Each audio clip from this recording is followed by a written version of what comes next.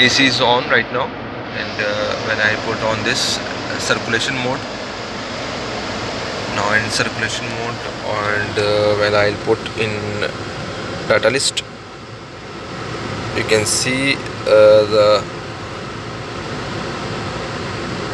evaporator fin thermistor. Now it's going to 4.6.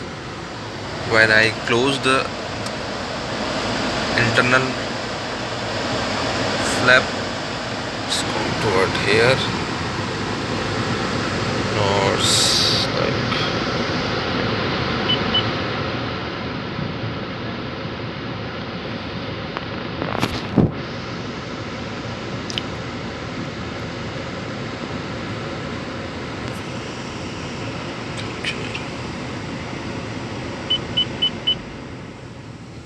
just I reduced the blower fan speed. Now it's going to cool like 0.75.